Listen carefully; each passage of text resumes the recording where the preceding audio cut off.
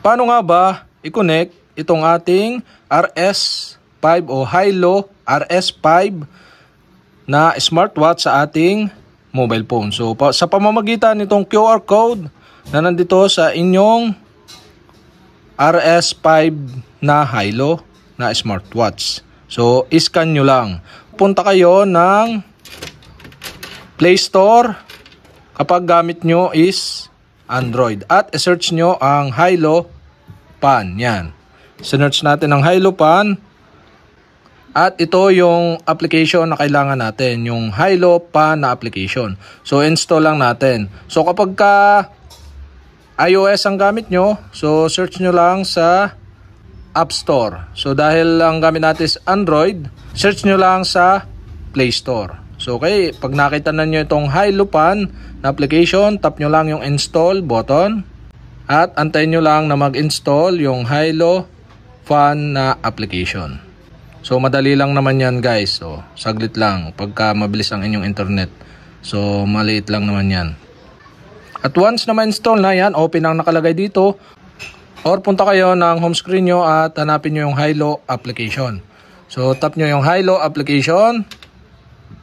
Yan, pagka tap nyo, so may malalabas dito na agree and continue button. Tap nyo lang. At yan, may makita kayo naglalakad na tao. So tap nyo lang yung sign in or sign up. So wala pa tayong account dito. Tap lang natin yung sign in button. At kapag nandito na kayo, tap nyo na yung sign up button na nandito sa may kanang taas na bahagi. Yan. Tap nyo lang yung sign up. Tapos magsasign up tayo. So dito, select a region. So search nyo lang yung region nyo. Philippines. Yan. Dito sa baba, so may makita kayo dyan na next step button. Okay, tap nyo lang. At yan, nakaset na yung ating region sa Philippines. Tapos enter email address. Tapos please input the password. So enter natin yung email address na natin gagamitin. Once na mailagay nyo na yung email, password naman. At kapag nailagay nyo ng email and password, dito naman yan, dapat may check itong dalawa para tama yung password or accepted yung password. Yan, yung dalawang bilog dito. At dito naman sa I have read and agree, so check or tap nyo lang yung bilog, yan. Para magkaroon ng check, yung blue na bilog, yan. Tapos tap nyo na yung sign up button sa baba. Pagka okay na yung information sa taas.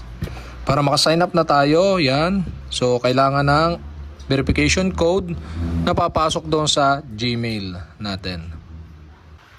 At ito yung email nating na-receive. Yan. So verification natin is ito makita dito. 662119. Tapos punta lang ulit kayo sa may dito sa enter verification code. So enter lang natin dito. 662119. Yan. Tapos dito pwede kayong mag-enter ng name nyo. So set your own avatar and nickname. So dito yan your photo. So tap nyo to at pwede kayong maglagay ng photo. So kailangan ng nickname para mag-proceed tayo. So nickname natin. Yan. Yan. Once na nakalagay na tayo ng nickname, so kahit wala muna ng photo, tap na natin yung continue button dito sa baba. Yan. Hi Chad. Ready to start a healthier lifestyle.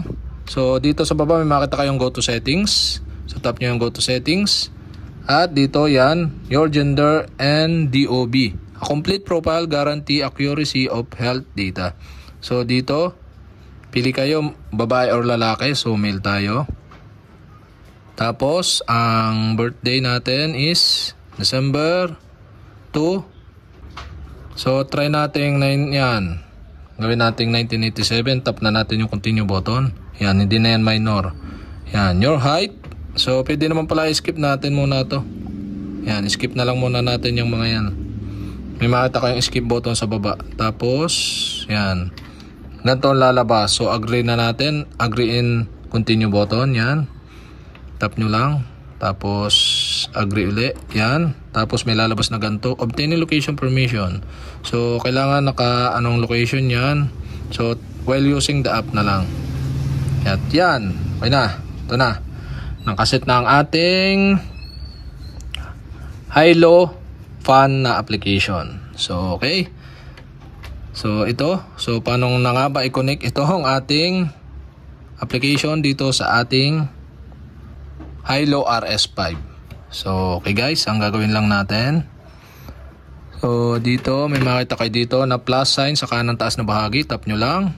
Tapos, scan. Yan. So, ito, scan natin to. Pwede nating scan yan.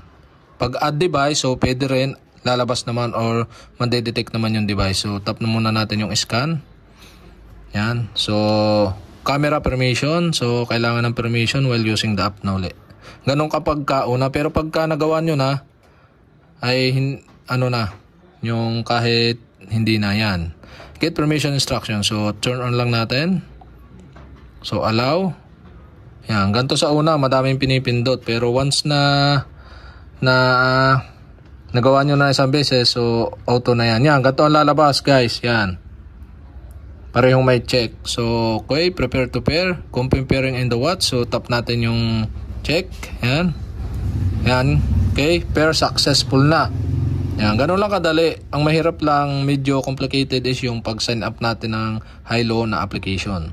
So, pag-connect dito sa Relo, madali lang. Once na nakagawa ka na ng account sa Hilo app, so madali lang mag-connect. Yan, tap na natin yung continue button dito. Yan.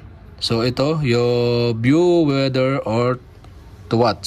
So pag gusto nyong makita yung weather, so tap natin yung allow natin.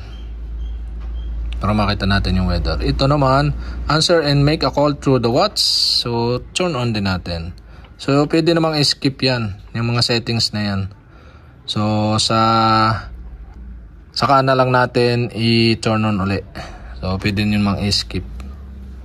Yan, guys. So, ito na yung relo. Yan, oh. So, naka-analog siya. Yan. Bluetooth pairing request. So, pair natin. Yan. So, ito, pwede namang i-skip. Skip na muna natin yung mga settings na yan. So, gagawin natin yan ng tutorial kung paano maglipat ng settings yan. Okay, successfully sync. Nakasync na siya. So, okay, start using. Yan. So, ito.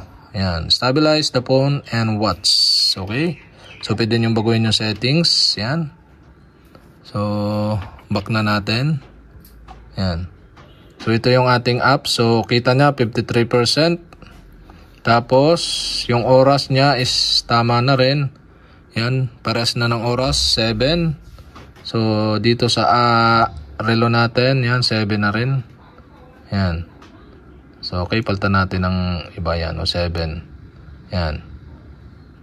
Yan, 7 o'clock. So, saktong 7 o'clock. So, nakasync na. Tulad na ng oras, ibig sabihin, successful na natin na-sync. So, okay guys, ganun lang kadali.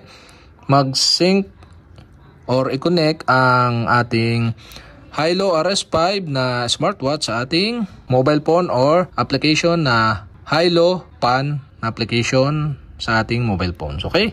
Sana nakatulong itong video na to at kapag may mga katanungan kayo, mag-comment lang kayo below at kapag hindi ko pa kayo subscriber, mag-subscribe lang kayo sa aking YouTube channel. I-click nyo lang ang subscribe button at ang bell para updated kayo sa mga video tutorial like this. Okay? Salamat sa panonood.